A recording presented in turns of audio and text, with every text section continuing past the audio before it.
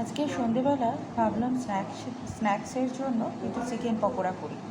তো সকাল দুপুরবেলাতেই আমি চিকেনটা ধুয়ে তাতে পেঁয়াজ বাটা, আদা বাটা আর লেবুর রস দিয়ে মাখিয়ে রেখেছিলাম। এখন আমি একটু রসুন কুচুনি দিয়েছি আর গোলমরিচ গুঁড়ো, নুন দিয়েছি। আমরা হিমালয়ান পিঙ্ক সল্ট খাই। আর এখানে ধনেপাতা কুচুনো দিচ্ছি।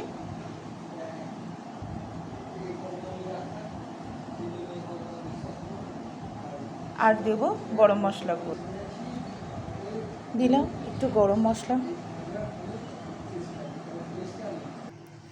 আচ্ছা, আমি একটু কর্নফ্লাওয়ার আর রং হওয়ার জন্য একটু কাশ্মীরি মির্চ দিয়েছি। এবার ভালো করে মাখিয়ে নেব। এবার চিকেনগুলোকে খুব ভালো করে ভেজে নেব।